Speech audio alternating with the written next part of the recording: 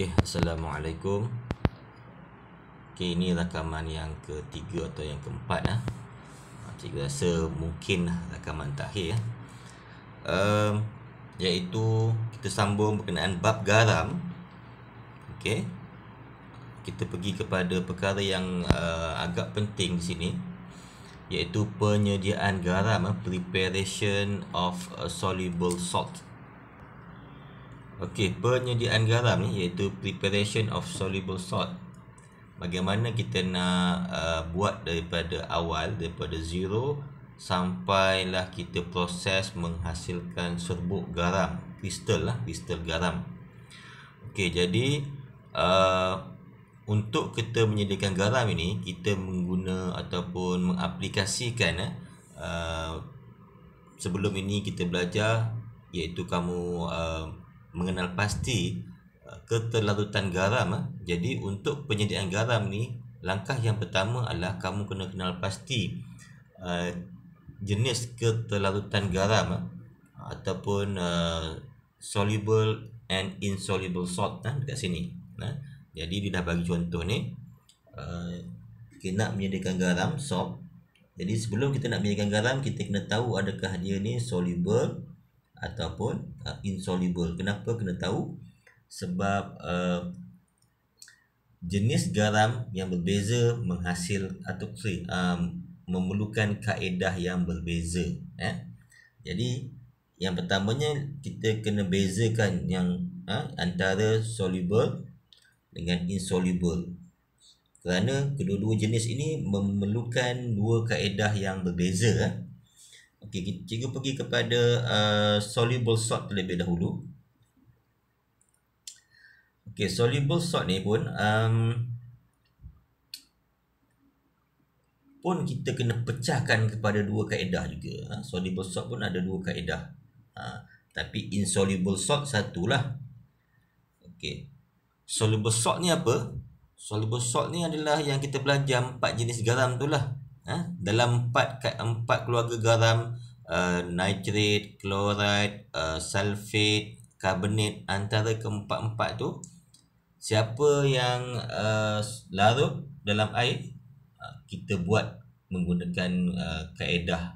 Dalam di sini ada dua lah, ada kaedah. Ini cikgu boleh cakap kaedah pertama, ini kaedah kedua lah. Dia tak mention, tapi cikgu yang mention lah. Ada dua kaedah untuk soluble salt.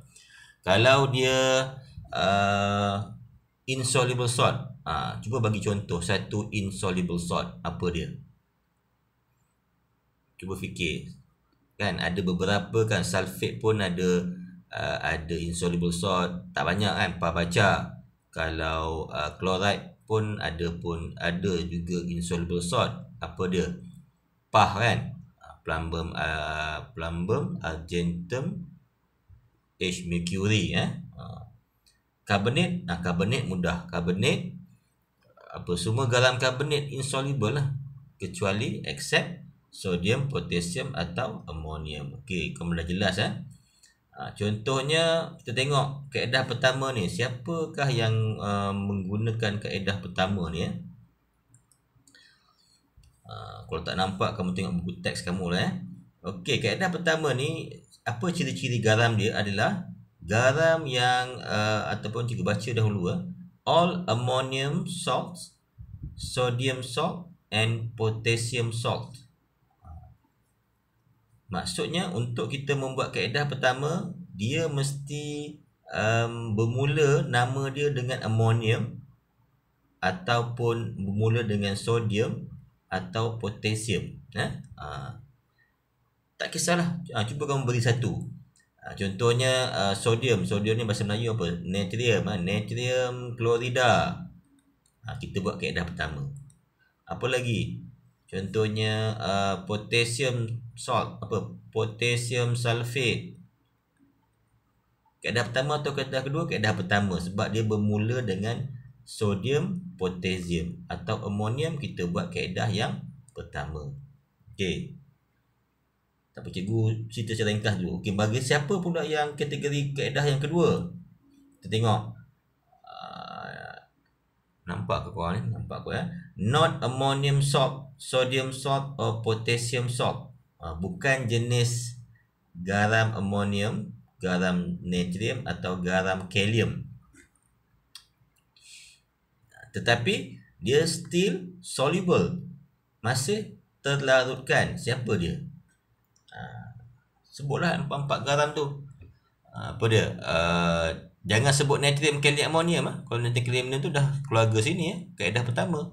Sebutlah selain apa tu? Coprum sulfate kan? Apa lagi? Magnesium nitrat. Ada banyak.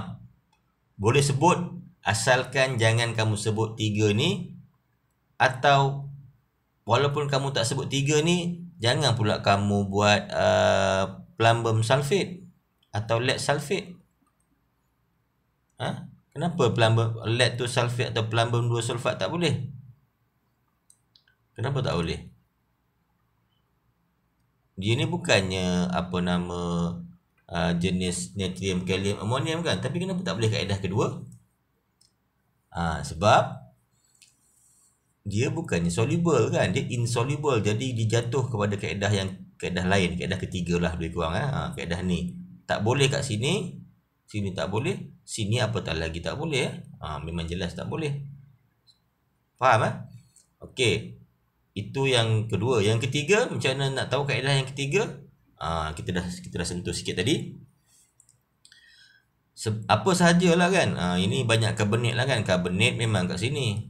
Sebut jangan natrium, kalium, amonium sudah. Natrium, kalium, amonium bukan kat sini, kat sana. Sulfate pun ada, tak banyak kan. Sulfate apa? Parbaca ataupun klorid PAM kan. Okey, so kita dah kenal ketiga-tiga ni. Untuk mudah kita tahu mana kaedah yang sesuai. Okey, kita bincang kaedah yang pertama dahulu. Kaedah yang pertama ni, contohnya kita nak buat natrium klorida lah, mudah sikit. Natrium klorida. Okey, nampak bermula dengan natrium. Dia adalah kaedah pertama. Okey, kaedah pertama ni adalah mesti ini dia, iaitu mesti nak buat natrium klorida ni. Natrium klorida ni, contoh kalau cikgu suruh kamu buat natrium klorida, cikgu tak bagi direct natrium klorida. Kamu kena hasilkan sendiri natrium klorida. Macam mana? Iaitu mesti melalui ni, dia dah beritahu proses penetralan antara asid dan alkali. Mesti kamu nak menghasilkan ni antara asid dan alkali. Okey, sekejap Okey, cikgu ambil contoh.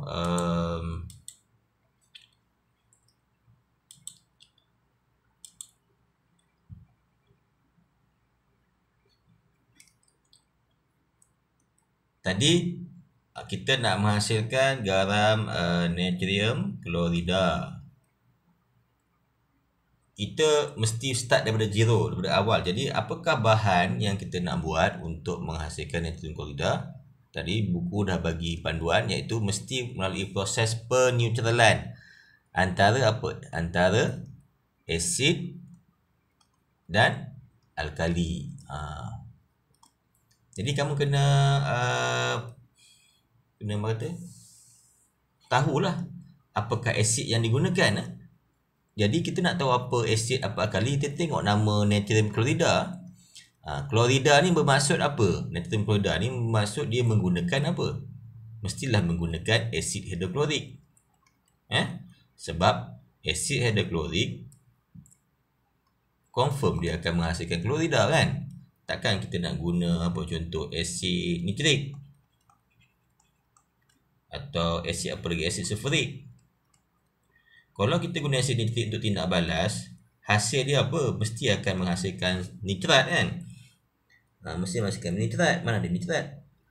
Okey, jadi asid ni kamu kena tallykan lah dengan garam yang kamu nak hasilkan tu Okey. Alkali pula. Alkali apa? Alkali kamu tahu kan, dia alkali tak banyak, ada NaOH, ada KOH ataupun amonia ataupun amonium hidroksida pun boleh juga. Okey. Alkali ni kebanyakannya 3 je lah. Jadi natrium klorida,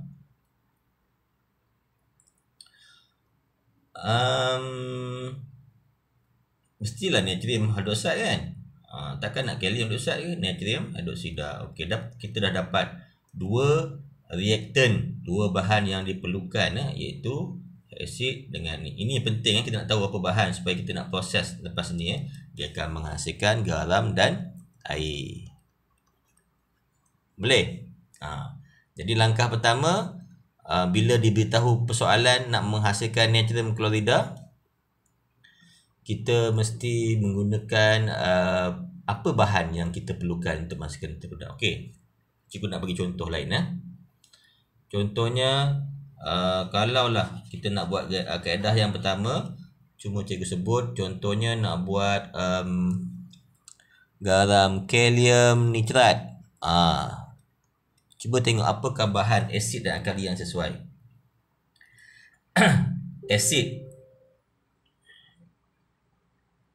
Asid adalah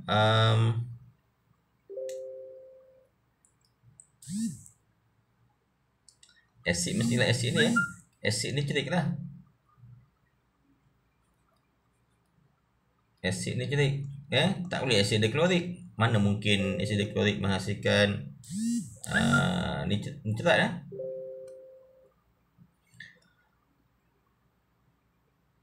Okey, alkali apa?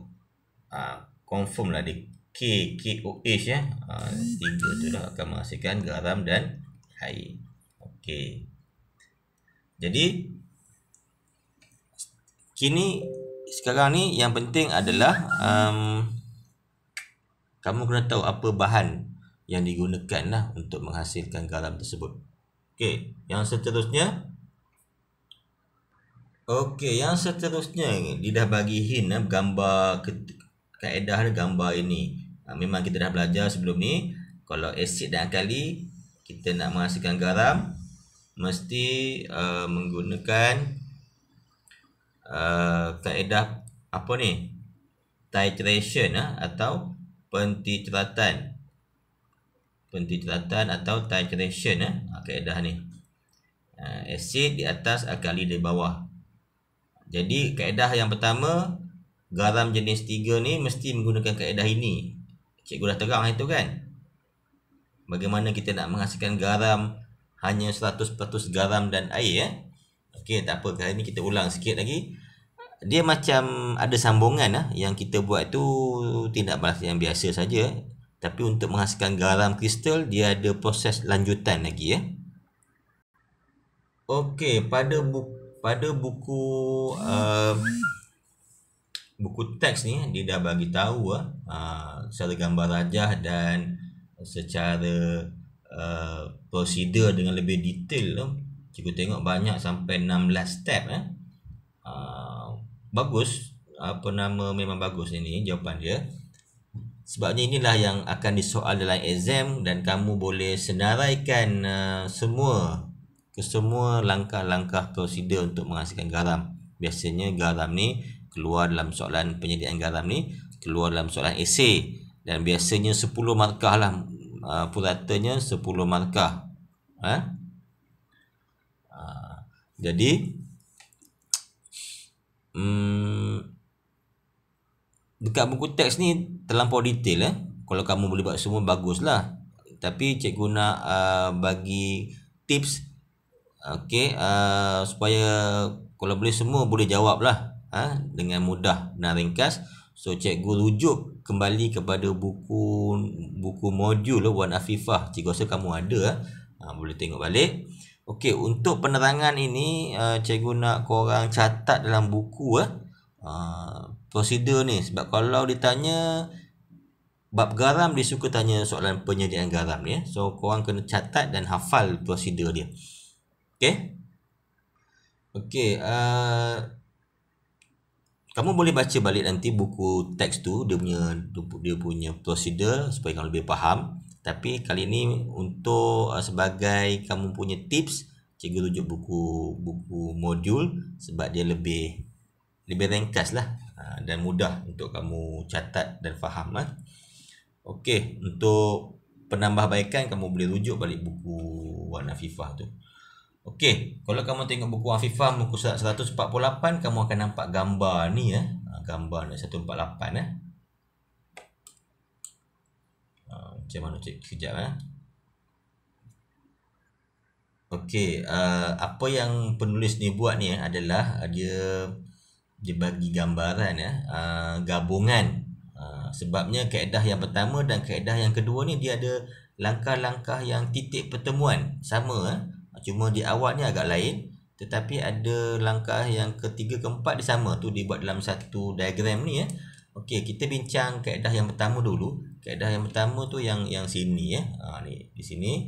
Kalau kamu tengok di sini, kamu kita nampak dia nak panah sini. Ni langkah-langkah dia sini. Bawah ni. Okey, sini, bawah ni dan ke sini.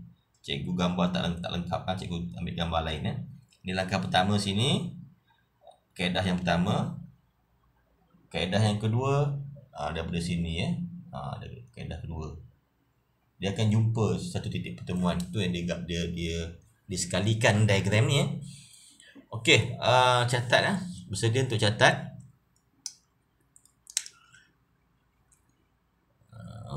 Okey, cikgu ambil gambar lain lah. Gambar ni terlampau kecil ya. Tapi cikgu akan fokus dekat sini dulu dekat sini. Ini adalah langkah pertama. Cikgu fokus kat situ nanti. Okey, cikgu cuba cari gambar tu je download. Tak nampak.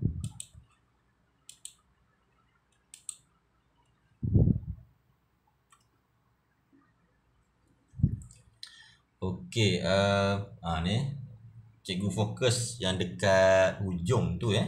Dekat hujung tu.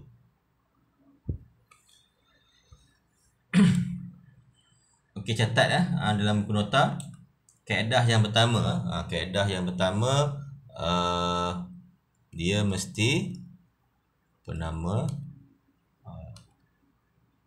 ada kot. Tak ada gambar. Okey, gambar ni tak boleh dibesarkan Okey. Kamu catatlah. Okey, ini adalah titration titration. Kalau mak besar pula gambar dia. Okey, titration. Kita tak cerita detail titration ni, kita cerita yang ringkas saja. Pertama, okey, tadi kita nak buat apa? Kita nak buat natrium klorida kan? Natrium klorida bermaksud apa, kita tengok ni. Okay, catat catat measure and pour, catat dalam sini. Cikgu tak boleh nak fokus dia punya laptop ni tak boleh nak ni. Measure and pour. Okey, untuk larutan kamu kena mention isi padu dia.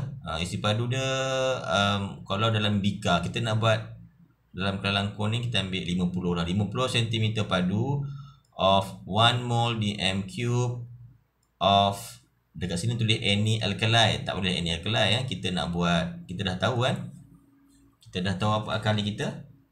Sodium hydroxide sodium hydroxide into a conical flask. Add a few drops of phenolphthalein. Cikgu tak boleh macam mana nak besarkan ni.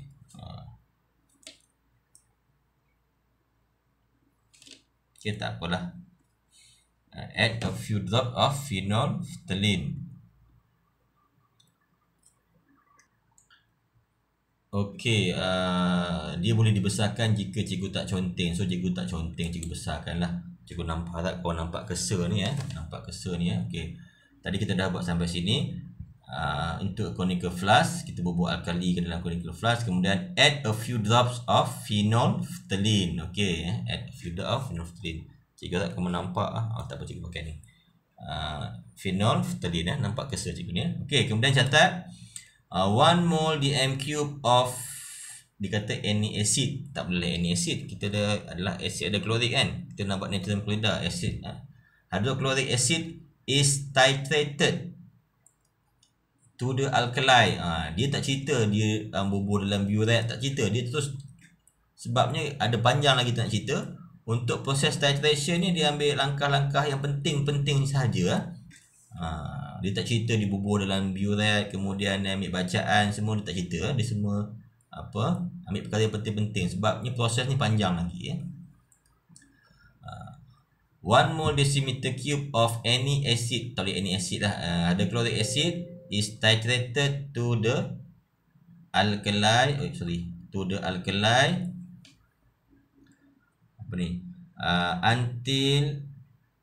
until neutral by using an indicator.